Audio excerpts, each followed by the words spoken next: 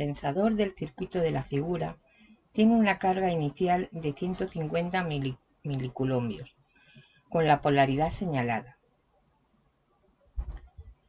En el instante t igual a 0 segundos se cierra el interruptor. Calcular la tensión en el condensador pasados 50 milisegundos. Y nos dan como datos la tensión de la fuente son 100 voltios, R1 10 ohmios, R2 10 ohmios, R3 5 ohmios y la capacidad del condensador 2 milifaradios. Tenemos un circuito RC transitorio. Para calcular la tensión en el condensador en cualquier instante de tiempo, tras cerrar el interruptor, utilizaremos la ecuación general de carga y descarga. V de C de t es igual a V de C de infinito más V de C de 0 menos V de C de infinito, todo ello multiplicado por E elevado a menos t partido por tau. Necesitamos calcular tres parámetros fundamentales: V de C de 0, V de C de infinito y tau. Paso 1. Tensión inicial del condensador, V de C de 0. El enunciado nos indica que la carga inicial es de 150 milicoulombios. Sabemos que la capacidad de un condensador es igual a su carga partido por la diferencia de potencial entre sus placas. Así que despejando tenemos que la diferencia de potencial inicial va a ser la carga partido por la capacidad, es decir, 150 por 10 a la menos 3 coulombios partido de 2 por 10 a la menos 3 faradios, quedándonos 75 voltios.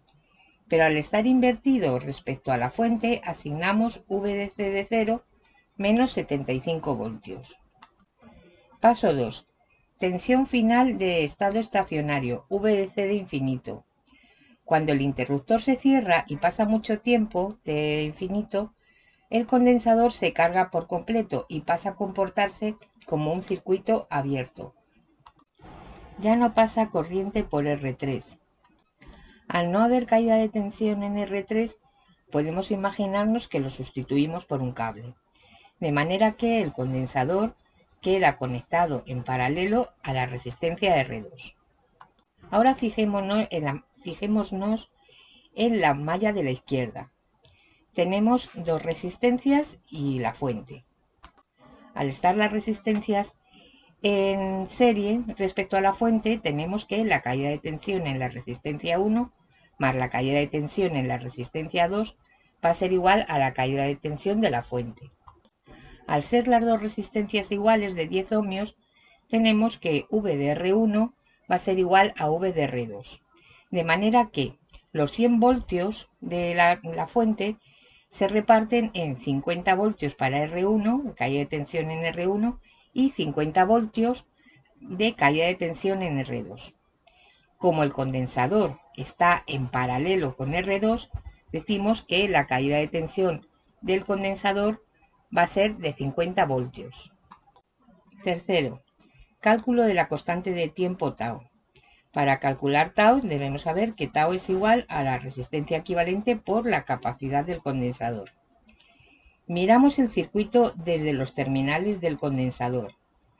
Cortocircuitamos la fuente y R1 y R2 quedan conectados en paralelo con el condensador y este bloque queda en serie con R3.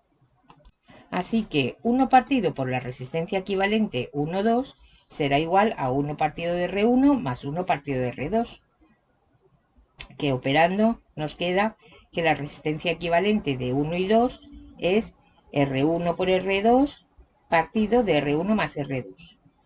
Como este bloque está en serie con R3, tenemos que la resistencia total va a ser R1 por R2 partido de R1 más R2 más R3, es decir, 10 por 10 partido por 20 más 5, operando nos queda de resistencia total 10 ohmios.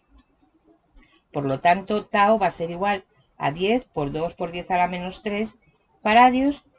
Operando nos queda que la constante de tiempo vale 0,02 segundos. con lo que ya tenemos los tres valores que nos hacen falta para sustituir en nuestra ecuación. V de c de t es igual a v de c de infinito más v de c de 0 menos v de c de infinito, todo ello multiplicado por e elevado a menos c partido por k. Sustituimos los valores y obtenemos que para 50 milisegundos, es decir, 0,05 segundos, la caída de tensión del condensador es de 39,7375 voltios. O sea, pasados 50 milisegundos, la tensión del condensador es aproximadamente 39,74 voltios.